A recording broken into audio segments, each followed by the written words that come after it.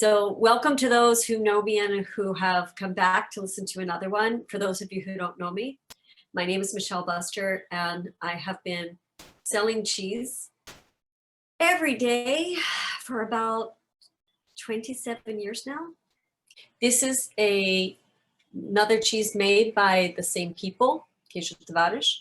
We pronounce this as Ovelha, as if the H was a Y. Ovelha Amanteigado. Now this just means buttery sheep cheese. And if this were the most famous cheese in Portugal is called Serra da Estrela. And it is an Ovelha Amanteigado, but it is a name. It's a protected denomination of origin cheese, which is made with a specific breed of sheep in that same region of Peralta, in the park of near the Serra da Estrela park. This particular cheese is not DOP, so it doesn't have to be made in that specific regional area, and it doesn't have to have a specific breed of sheep. So there's a wider range of what can be used to make it. Hopefully this cheese is nice and super soft for you. If not, you might have to leave it out even longer, because sometimes it takes me 4 or 5 hours to get this cheese, you know, as soft and creamy as I want it, if it's just come in. To me, this is a drug. This cheese is just a drug. It is big aroma. When you eat it, you know, in your mouth, it just fills your mouth, and you get sweet, you get floral, you get savory, you get a good bit of acidity coming towards the back. And I don't know, I just can never stop eating it. It's something, we did some recipes with fondue and we put different vegetables in it. But when I'm in Portugal, it's the only time I know I'm in the cheese business, but I don't eat a lot of cheese. I eat a whole cheese by myself. I'm sitting there, I might be driving hours at a time. I'm grabbing for my cheese. I make sure I cut that. I'll talk to you about serving, how to serve it with the whole. And I'm just grabbing my bread and I'm eating it by the mouthful. Crazy.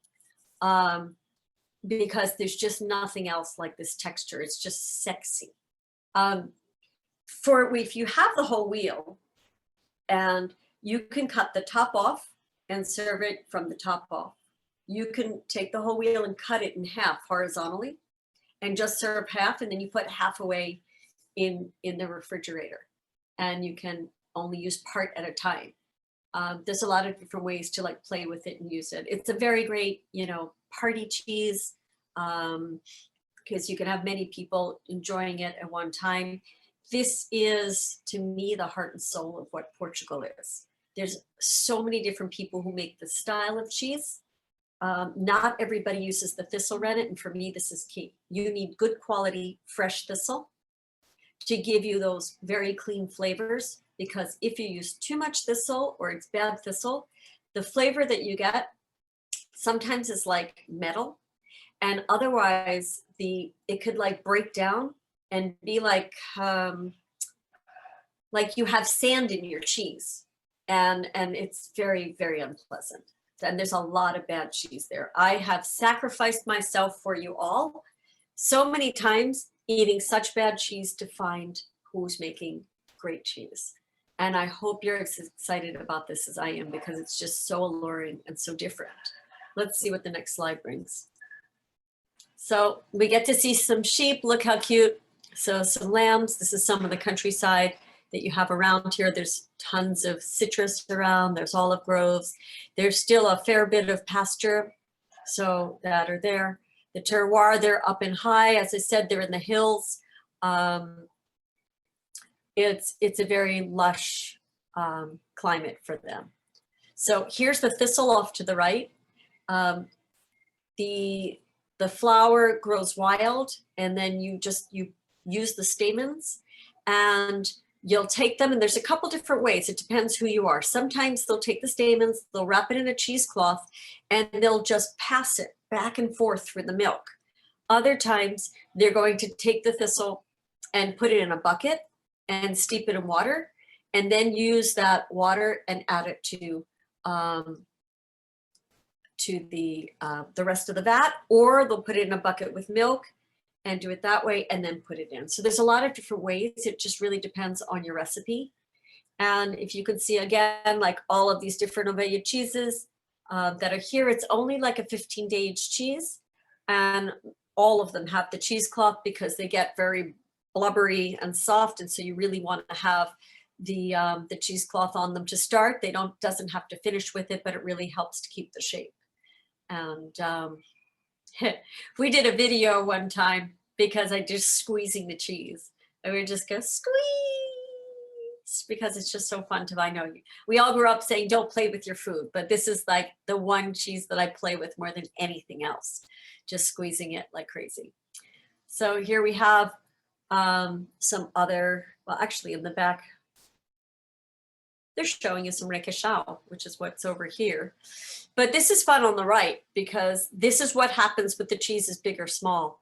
It's a lot of manual labor. Each one has to be handled, has to be wrapped. Then they're going to sit on the shelf. If they start to grow mold, they come back here, they wipe down each one, then they have to wrap them again.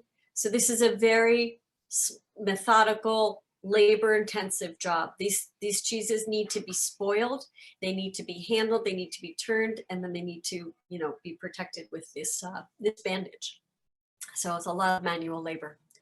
And in fact, this isn't, if it were the PDO cheese, which is very, very expensive, and people say, hey, do you eat the rind? One of my producers always said, at the price of this cheese, you eat it all. But the Ovelha is actually very well priced within what Portuguese cheeses are. One of the things that increases the price of these cheeses is that we fly them in because they don't have a long shelf life. And especially during the pandemic, like prices doubled for that. But you know, now it's better, but the whole world's gone kelter with shipping right now. Here's just some other views of the cheese's aging and how it's been wrapped. Here's something that shows you the textures from the whole wheel. And yeah, it's just this mysterious, wonderful cheese that you have. A lot of the times the cheese starts out higher and then it'll settle a little bit in what it's there. Anyway, that's what I have for you today. Since we fly our cheeses in, I went with some of our more regular ones. We do have more esoteric cheeses that are out there, and in specialty stores, they tend to carry more Portuguese cheeses, but it takes a long time to explain them.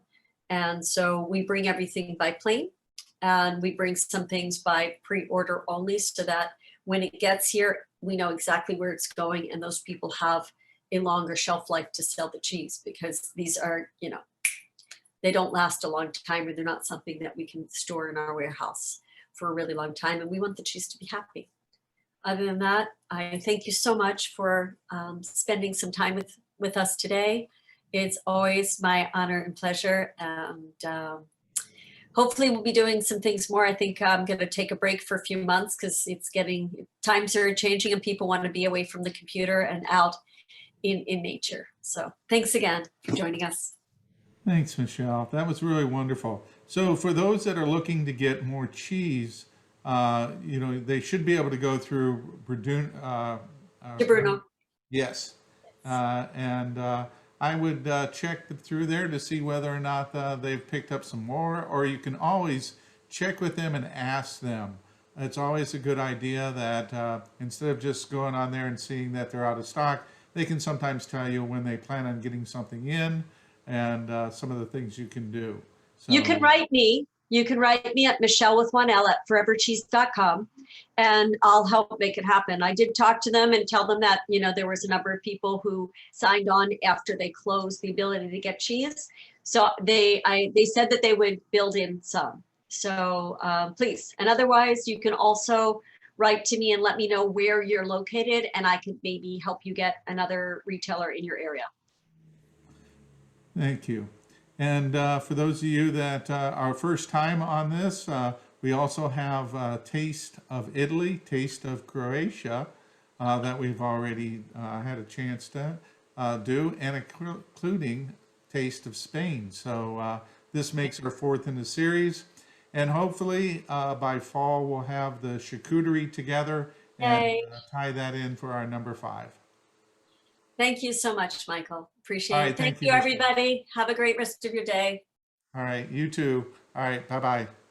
Bye.